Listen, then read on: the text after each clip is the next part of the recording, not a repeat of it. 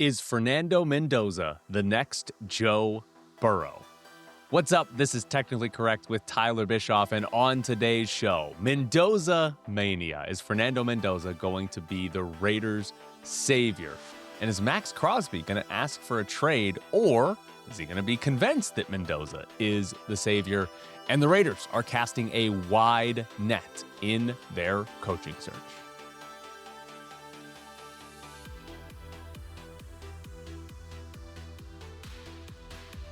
The NFL playoffs are here, the college football playoffs, just one game left, and Fernando Mendoza has stolen the show, which should have you excited as a Raiders fan. Here we go.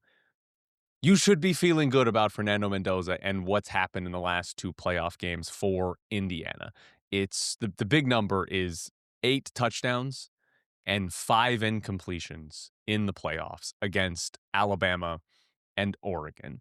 And no, this is not the same Alabama that we're used to seeing, but they're still a very good college football team.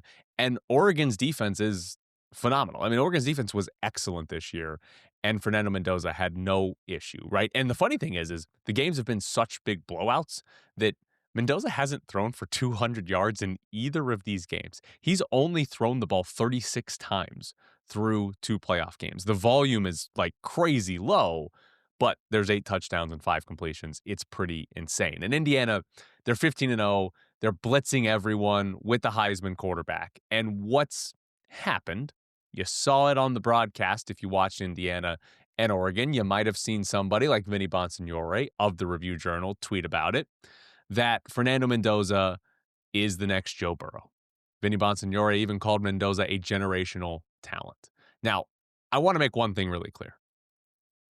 In his last year at LSU, Joe Burrow threw for 2,300 more yards than Fernando Mendoza did this year, and 19 more touchdowns with the same amount of interceptions.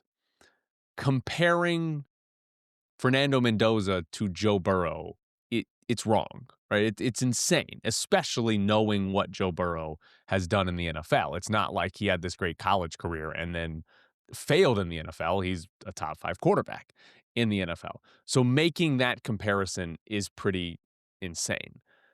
However, Mendoza has basically cemented himself as the pick for the Raiders. And I will be straight up with you. As somebody who's going to talk about this for, what do we got, 4 months here going into the draft, it's a little disappointing. I wish there was more intrigue or questions or excitement, but it's pretty straightforward. It's going to be Fernando Mendoza, right? I think the only way it's not, I mean, there's only 2 things that can happen. One is if somebody comes in and blows you away with a trade offer. I mean, just 4 first-round picks, right? Like if somebody comes in and just throws you 4 first-round picks, I think you have to take the 4 first-round picks. If that's up there, just probability says you should be taking the 4 first-round picks. The other way is if the Raiders interview Mendoza in the draft process and he's just bad, right? For whatever reason, they're just like, wow, this guy can't break down plays for us, or he's just doesn't talk to us or answer questions, right? Maybe there's like a Mendoza doesn't want to go to the Raiders and he, tries to throw the interview or pulls on Eli Manning, right? Something like that. But I feel like both of those scenarios are pretty unlikely, right? Like both of those feel like, oh, okay, yeah, there's a possibility it happens, but it's not likely that Fernando Mendoza is going to bomb out in these interviews, right? And it's not likely that the team's going to walk in and offer you 4 first-round picks. So the Raiders are almost certainly going to be drafting Fernando Mendoza because here's the thing. They're in a rare spot. They're picking first overall, and there is a quarterback that might be awesome there, right? And the key is might be because we never know, and I'm going to get to that here in just a minute. But might be awesome. You should be taking that quarterback unless something insane happens, and that would be the massive, 4 first-round picks, or God, this is the worst guy we've ever interviewed before in our lives before we draft him, right? This is what you want. This is what, like I've been saying for a while now. You look at the AFC West. How do you compete with the other 3 teams? And I know they didn't make the playoffs this year, but specifically with Patrick Mahomes and the Kansas City Chiefs, you probably need your own generational quarterback, right? Like the Broncos hired a good coach and he's made Bo Nix look a lot better than he is and made that entire roster good. You could do it that way. But the most likely way is that you get your own superstar quarterback. This is probably the best bet the Raiders have at doing so, right? Even, if you trade back and you get one extra first round pick, yeah, next year's quarterback class is probably better overall. But are you going to have the number one pick in the draft? Maybe if you just completely tank this season. That's what I would do if I did in fact trade the pick. But it just seems like this is the chance. This is what you want. And they've got it. They should be taking Fernando Mendoza. But I do want to go back to the Joe Burrow comparison because, again, it's absurd. Joe Burrow had like the best season any college quarterback has ever had. And Mendoza might be like the worst Heisman winner of the last 2 decades. Like his numbers are not that good. Like you look last year, Cam Ward and Jackson Dart both had significantly better statistical seasons than Mendoza. Like it's not even close. They were way better statistically. Now, their teams, I think, both went 9-3. Mendoza's is 15-0. Like, yeah, we get it. But I have a different comparison for you, right? And I got 3 quarterbacks that I want to go through. If you're watching, thank you for watching. You're going to get to see a nice graphic. If you're listening, don't worry. I'm going to take you through this.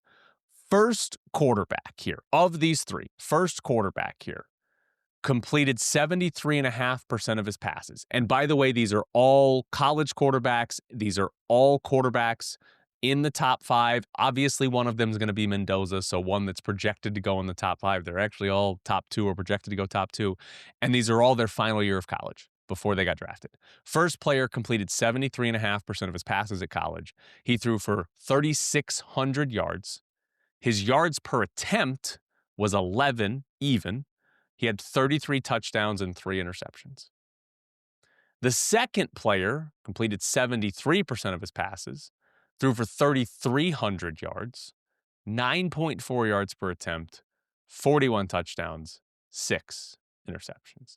And the final player completed 72.2% of his passes, 11.7 yards per attempt, 3,800 passing yards, with 40 touchdowns and 4 interceptions. So all 3 of these quarterbacks are between 33 and 41 touchdowns. All 3 have between 3 and 6 interceptions. All 3 had a completion percentage of either 72 or 73%. All 3, by the way, threw between 320 and 360 total passes. So the volume is very similar. That's been one of the complaints of the Joe Burrow comparison, is that he threw it a lot more than Mendoza. One of these 3 quarterbacks had a yards per attempt of 9.5. The other 2 were over 11. But these 3 quarterbacks all had nearly identical seasons. So which of these quarterbacks do you like more? Right? Again, all the numbers are pretty similar, but do you like the one that had the slightly higher completion percentage, fewest interceptions, but also fewest touchdowns? Or do you like the one who had the lowest yards per attempt, but the most touchdowns? Or the quarterback who had the highest yards per attempt, just 1 fewer touchdowns than the leader? Which one do you like the most? Those quarterbacks. The first one is Zach Wilson. The second is Fernando Mendoza. And the third is Jayden Daniels.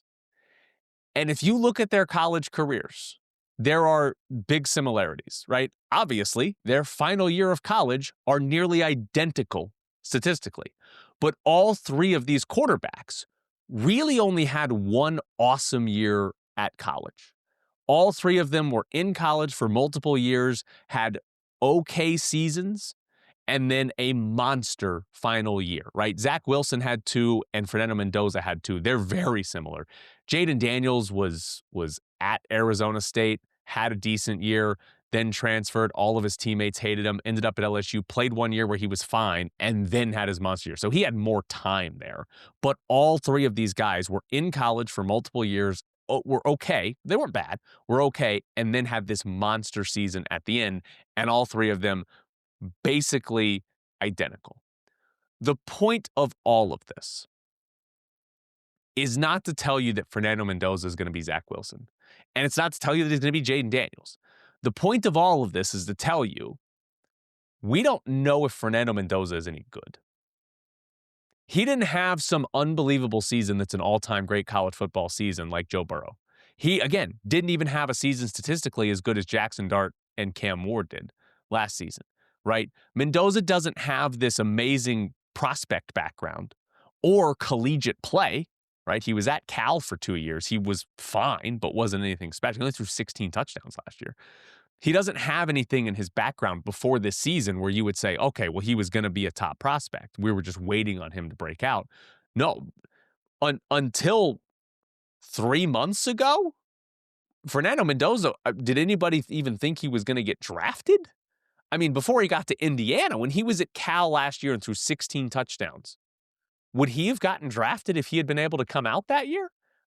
I don't know. He's not going in the first round if he does, right? Fernando Mendoza has not been on the radar of first-round pick or first overall pick until 4 or 5 months ago, right? So there's no real background here either. So claiming that he's the next Joe Burrow, claiming that he's this generational talent is foolish because you're basing it off of one good season from Fernando Mendoza, which, by the way, the rest of his team is incredible. They are second in EPA per rush when running the ball on offense, and overall on defense, they're fourth in EPA per play, right? Indiana might be in the national championship game this year with nobody at quarterback, right? Like, remember J.J. McCarthy? Michigan never asked him to throw the ball. They won the national championship because they were awesome. Indiana might have been able to do that with a J.J. McCarthy type performance because of how good everything else is, right? If Mendoza had had this season for Cal last year, would we be talking about him as a first overall pick? Would he have won the Heisman if he had had this season? Because again, statistically, he's nowhere near the best quarterback in college football. He's on the best team in college football and had a very good season. But if he did this exact same year for Cal, he's not winning the Heisman Trophy, and I don't think we're talking about him as the number 1 overall pick. He has looked incredible in the playoffs, but you cannot sit there and say he's generational because he's done exactly what Zach Wilson did. The exact same season that Zach Wilson had at BYU for his final year. Mendoza might be awesome because he's also had the same season that Jaden Daniels had, his final year. And if I were the Raiders, I'm drafting him first overall. If I were in charge, I'm taking him. And I'm taking the swing that he is Joe Burrow. God, I hope so. But to sit here and say that he's Joe Burrow, it seems foolish, right? It's hyperbole right now. And I'll give you one last thing on quarterback comparisons. Fernando Mendoza's yards and touchdowns this year are closer to Jamarcus Russell's final year than Joe Burrow's final year. We don't know if he's any good. Now, key point here. Everybody within the Raiders should probably try to convince Max Crosby that Fernando Mendoza is Joe Burrow. One of the biggest storylines of the Raiders offseason is the future of Max Crosby, right? The Raiders have refused to trade him before. I mean, hell, you can just go back to October. There was a quote from Mark Davis about, I'm not trading this guy. I don't know why everybody thinks I want to trade this guy, right? They do not. Mark Davis does not want to trade him. And Crosby has never said anything outside of wanting to be a Raider for life. But I think that could change this offseason. I think this is an offseason where Crosby actually sits down and evaluates, can the Raiders win a Super Bowl, right? A single playoff game.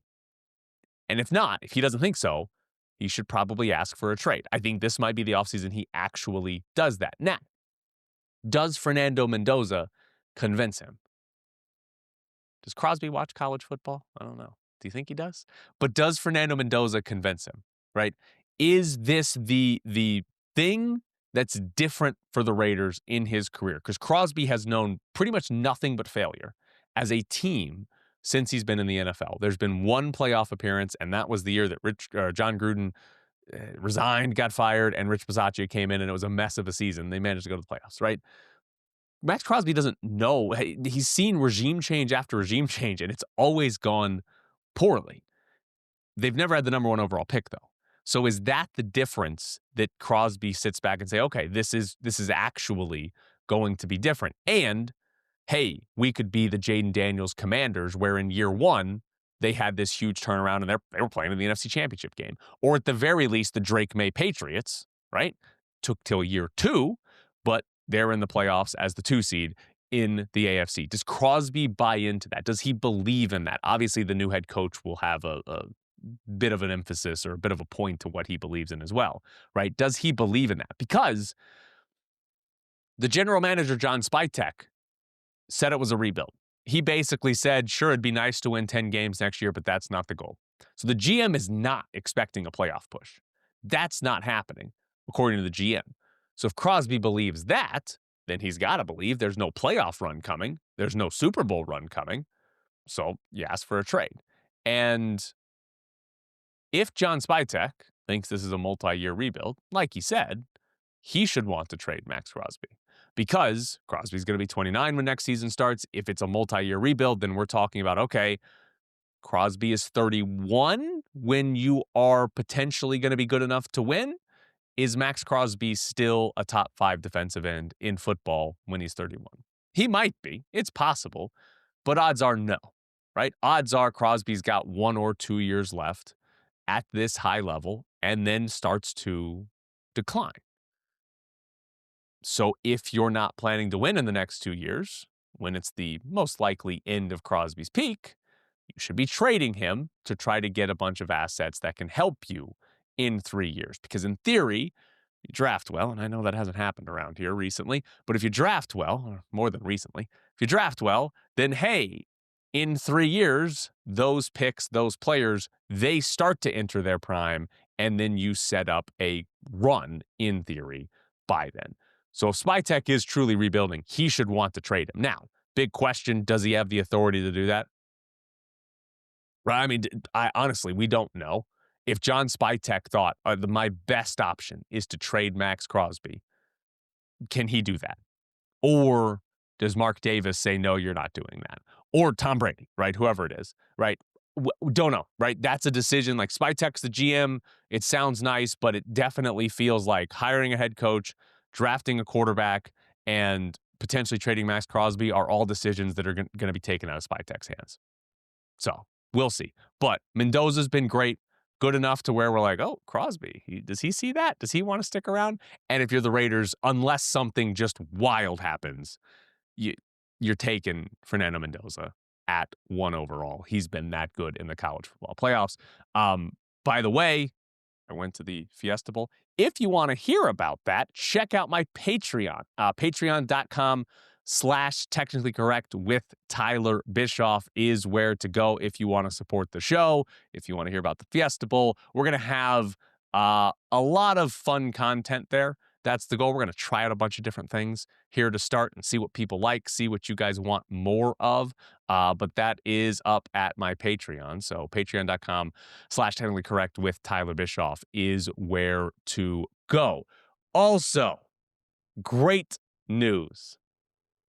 Technically Correct is brought to you by Battle Blast Las Vegas, the best laser tag in Las Vegas. We got a sponsor. Bischoff's Briefs is brought to you by Battle Blast Las Vegas. Battle Blast is the perfect spot for your next event, kid's birthday party, corporate event, whatever it is. When your kid finishes a Little League season and you want to have an end-of-season party for his team, Battle Blast, good place to go. Hell, do it for your birthday. Get your friends and family to go and see who's better at laser tag at Battle Blast Las Vegas. I've got to do that. I love having birthday parties for myself. I think I had 3 of them for me last year. Plus, they got arcade, they got prizes. There's more than just laser tag there. Battle Blast Las Vegas, located at 8125 West Sahara Avenue. Your next stop for fun in Las Vegas. Battle Blast, been serving Las Vegas since June 2012 with the very best in family entertainment. We are proud to provide the best facility, equipment, and service possible. Strap on laser tag vests, step into the 5,600 square foot 2-story arena designed to look like a worn-torn city street. An exciting atmosphere filled with exhilarating music, blacklight effects, and fog. Battle Blast also features a viewing deck for those not playing can watch players vest up and catch a view of the action going on in the arena. In between games, check out our arcade and prize center and enjoy tasty treats from our snack bar. Birthday parties, sports teams, group outings, and corporate events. Battle Blast does it all. We want to make your Battle Blast experience so good you'll want to return again and again. Battle Blast is the ultimate destination for family fun and friendly competition.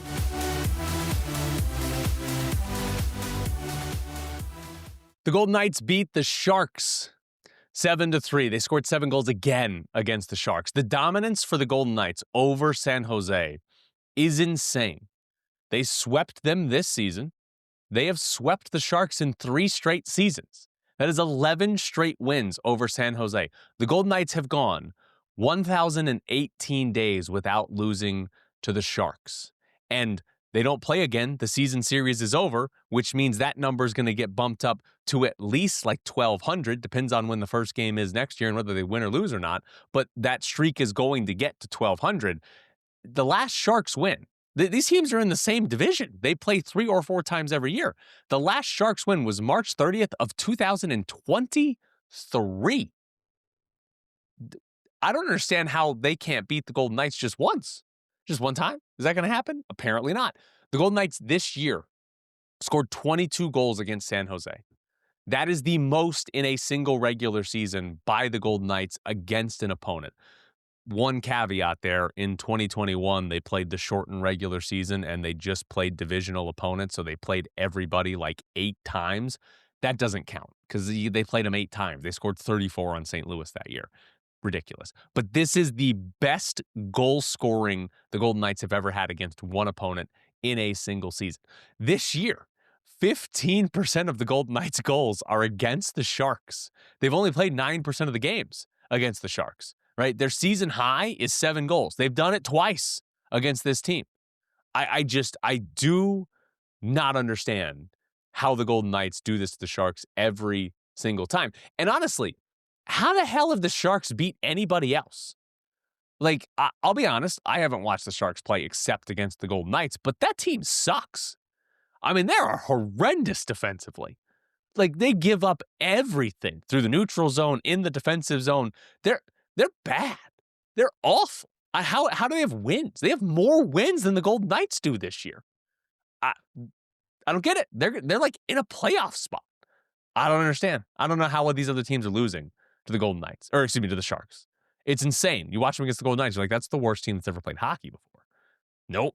Apparently not. They beat everybody else. Not everybody else. They're still bad. It's the Pacific. Everybody's losing games. But in the Pacific, that is 4 straight wins for the Golden Knights after their 5-game losing streak, which means they've created some of that separation again with the Pacific. After that 5-game losing streak, it was bunched up, not just with like the Edmonton, there with the race for the Pacific Division title, but also like 1 through 5 in the Pacific were all within, I think it was 3 points for a day. That's kind of crazy. And the Golden Knights have now won 4 straight and have sort of extended that gap again to where there's some breathing room and some comfort there.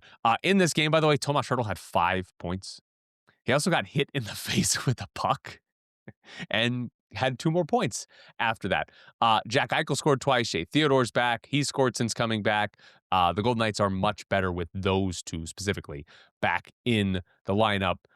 Yeah, they shouldn't be losing 5 straight. Again, I don't know if they're going to win 4 straight a lot. They have not won 5 straight yet this year, so they have a chance to set a new season high in a win streak, but they should not be losing 5 straight again. I will say this, as long as like the Raiders don't hire a coach or something, tomorrow's show, we're going to go heavy on the Golden Knights. Jesse Granger should be on the show tomorrow. We're obviously going to get into goaltending there, but we're going to get more into the Golden Knights on tomorrow's show, especially when Jesse comes by. UNLV lost to Colorado State on Friday, 70-62. They lost by 8, but they led by 4 with 5.5 minutes to go and then got outscored the rest of the way handily. The start of this game was fascinating because Josh Pastner benched his starters.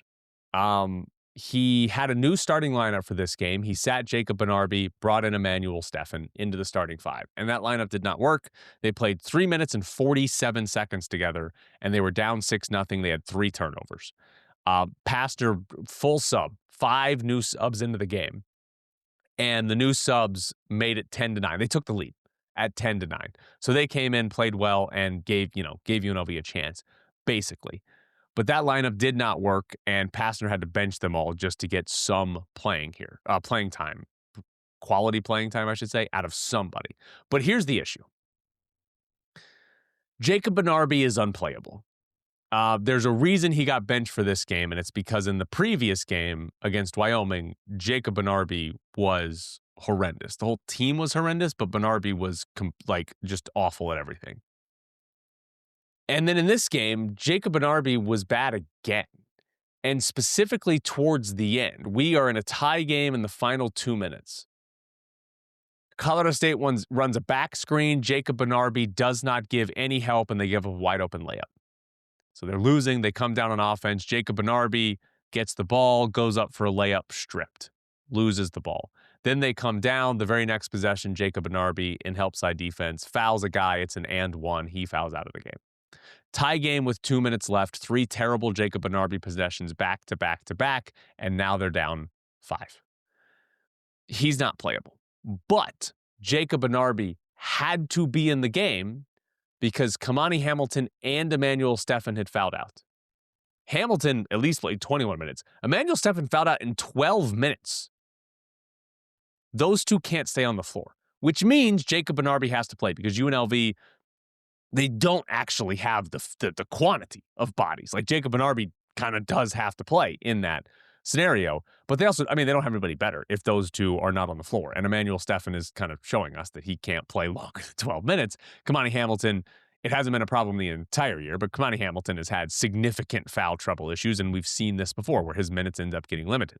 So the roster was poorly constructed. Injuries have made it worse with Miles Che and Ladji Dembele done for the year, right? Like there are reasons for this, but Josh Pastner is going to have to play a guy that I'm telling you in the last 2 games has been the worst player on the floor, and you cannot put in the game. Things are going to go bad, but Pastner has to play him because there's literally nobody else.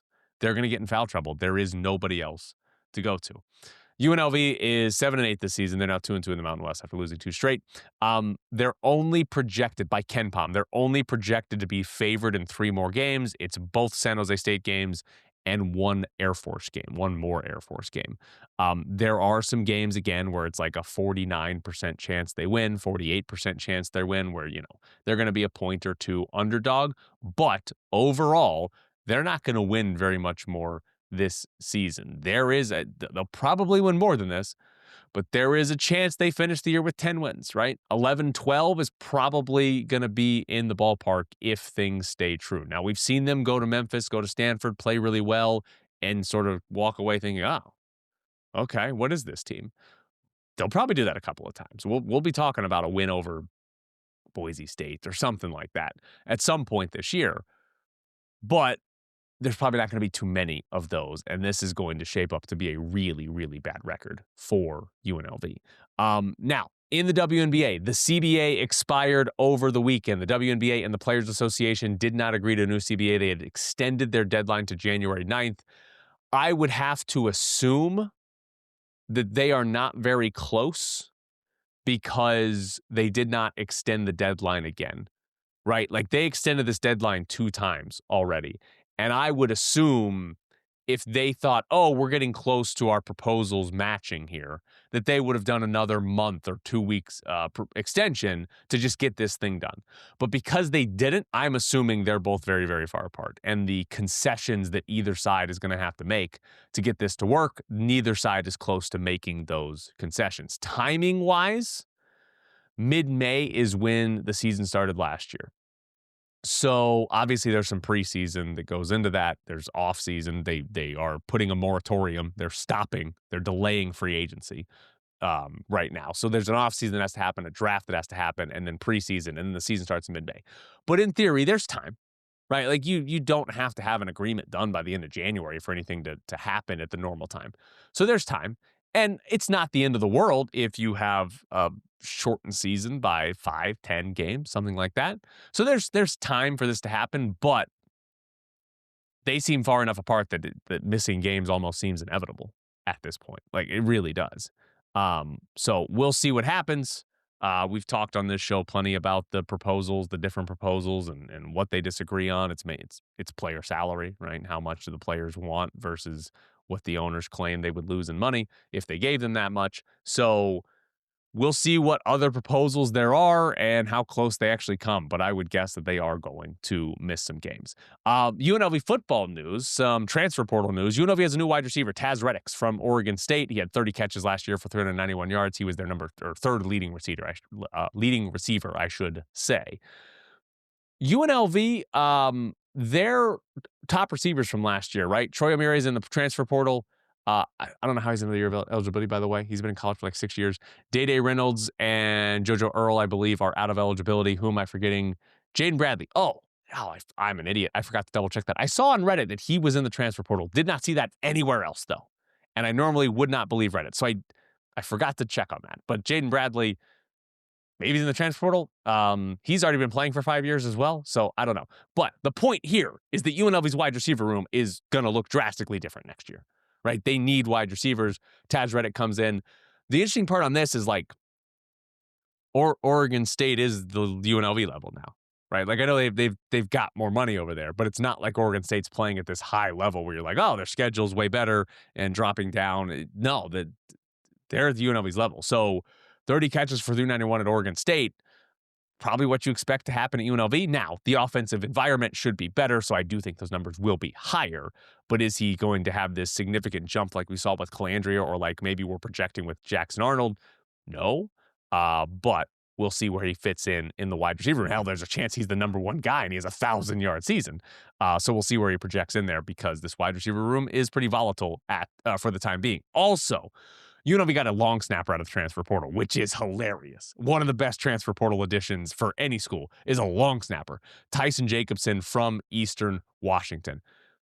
I don't know if he's good. I don't know. How do you even know if a long snapper is good unless you watch the long snappers? How many times did he punt it or snap it over a punter's head? I have no idea. They don't even keep stats on that officially for long snappers. So incredible work to get his long snapper out of the portal. Very important position, obviously. They should go get another one. Go get a backup long snapper. Also, the NFC West has 3 of the 4 teams remaining in the NFC. The Bears are the 4th team. They had a 25-point comeback. 25-point fourth quarter in their comeback to beat the Packers. Ben Johnson might be pretty good. Yeah. And I'll by the way, I'll say this on Ben Johnson. Tom Brady wanted him last year. He was the Raiders' first choice and all of that, and he didn't come here. I don't think you would be celebrating anything good if Ben Johnson had been hired by the Raiders last year. Because, one, who would have been the quarterback?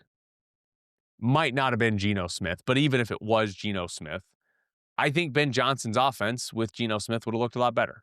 I don't think we would have been talking about Geno Smith as like this worst quarterback in football, right? He might have been good enough to come back next year as a starter.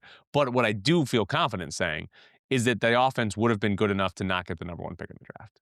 I do think hiring Ben Johnson last year with somebody at quarterback would have led this team to like 9th or 10th pick in the draft.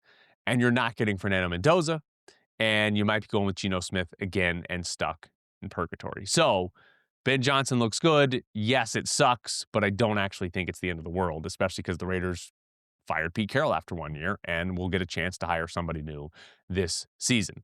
Also, Rams beat Carolina and the 49ers beat Philadelphia, which means we get San Francisco at Seattle and the Rams at Chicago.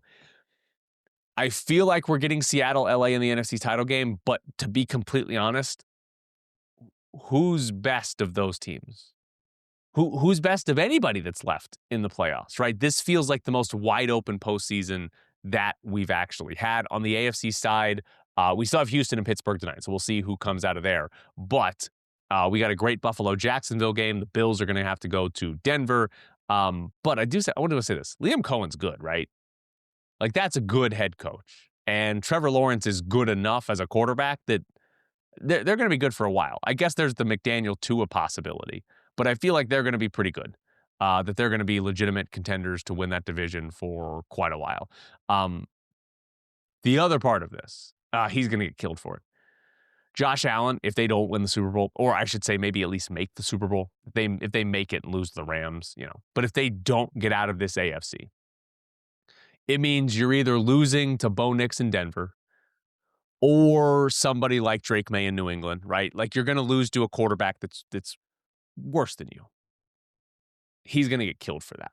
The problem is Buffalo's defense is so bad, and their run defense is so bad that it's like, yeah, Josh Allen's going to be the best quarterback, but is he going to be able to overcome what a bad defense is there? Like, that feels like the game against Denver very much feels like a Bo Nix makes like two good plays the entire game, and it's enough to win because they run the ball really well, and the Denver defense does enough to keep the Bills from just putting up 35 points, right? That Denver wins that game 21-17 because Bo Nix made like one good throw in the fourth quarter. It's what they've done the whole year.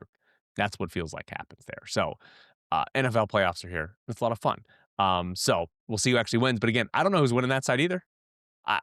I'd like to tell you that the Bills are going to win it. That would be fun, right? To see Josh Allen play in the Super Bowl, but I don't feel confident about that. I don't think are they going to Denver and winning? I think the spread was a pick 'em that I saw.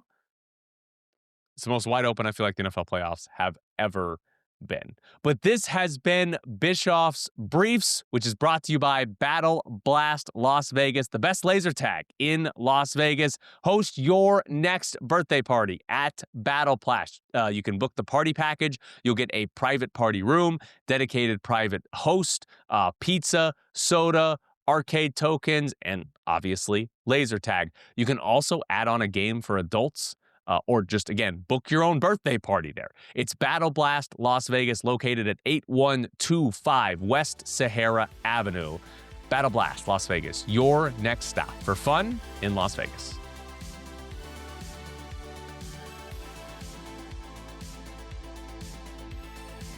If you want to support the show, you can find me on Patreon. It's patreon.com/technicallycorrect with Tyler Bischoff. Head there. You can support the show. I'll have some extra content there, some bonus content. Just got it started. There's not a lot up there now, but there will be some bonus content there. So check me out on Patreon if you want to help out the show. Back into the Raiders, because we got some more news over the weekend on head coaching interviews. And we already know or knew about Kevin Stefanski, who got fired by Cleveland. They interviewed the Broncos quarterbacks coach Davis Webb, the Broncos defensive coordinator Vance Joseph, Chiefs OC Matt Nagy, and Seahawks OC Clint Kubiak, right?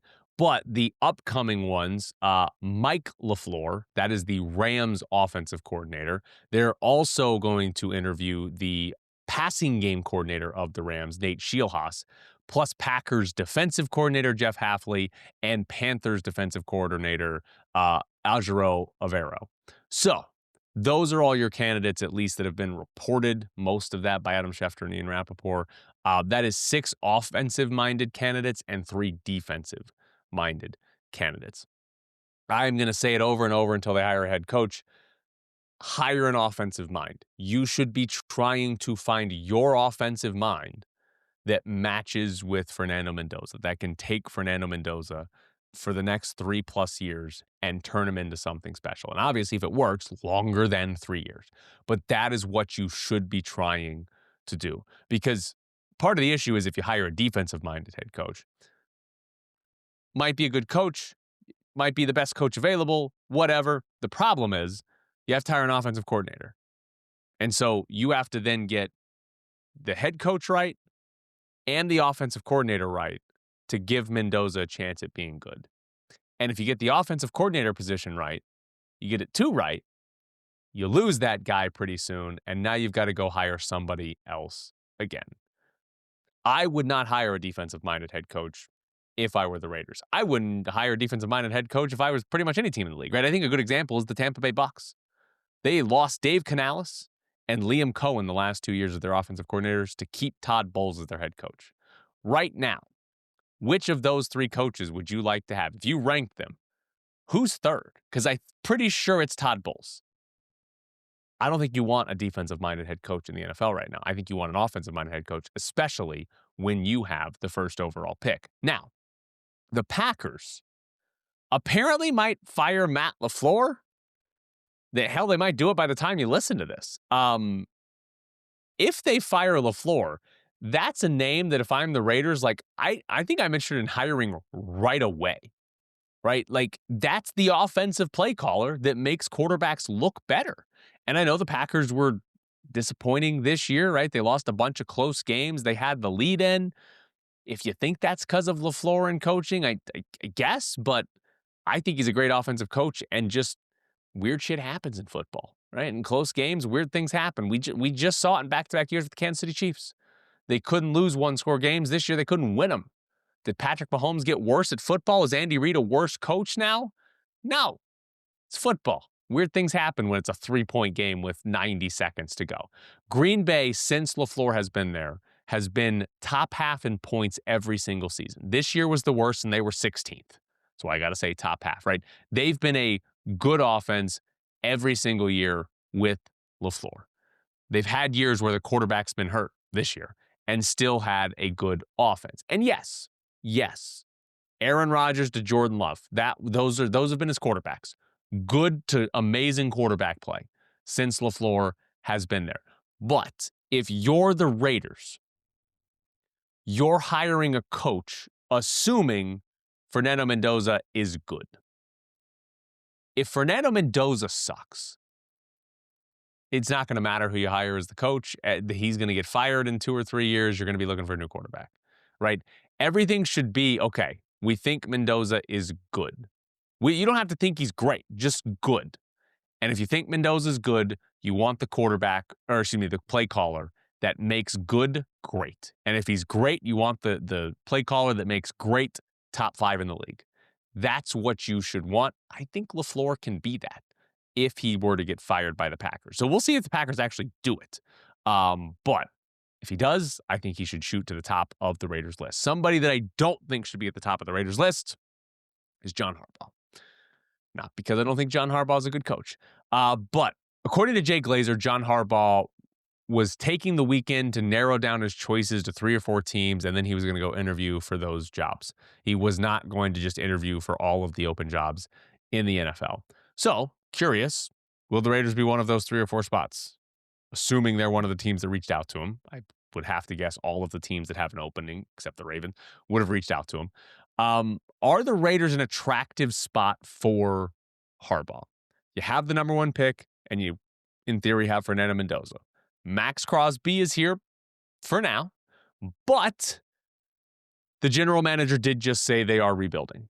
And overall, this roster is bad. Like, you keep Crosby and you draft Mendoza. Good.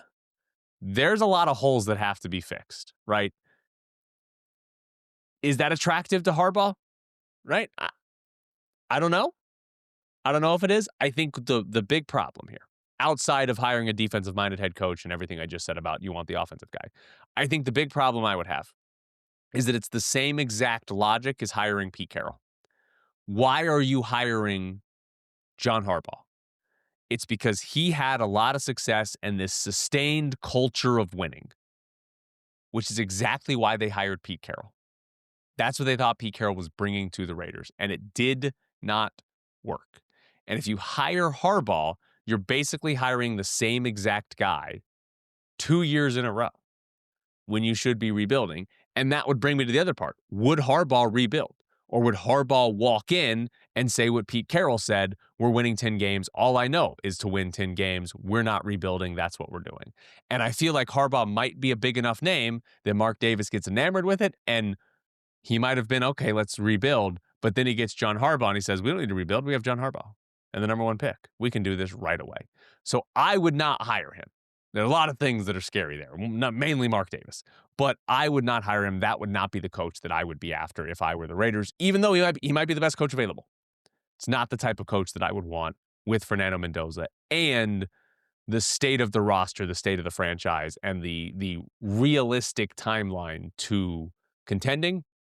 I am not interested in John Harbaugh as my head coach, just like they should not have been interested in Pete Carroll last year. But that is it for Technically Correct with Tyler Bischoff. I'm Tyler Bischoff. Shout out to Battle Blast Las Vegas for sponsoring the show.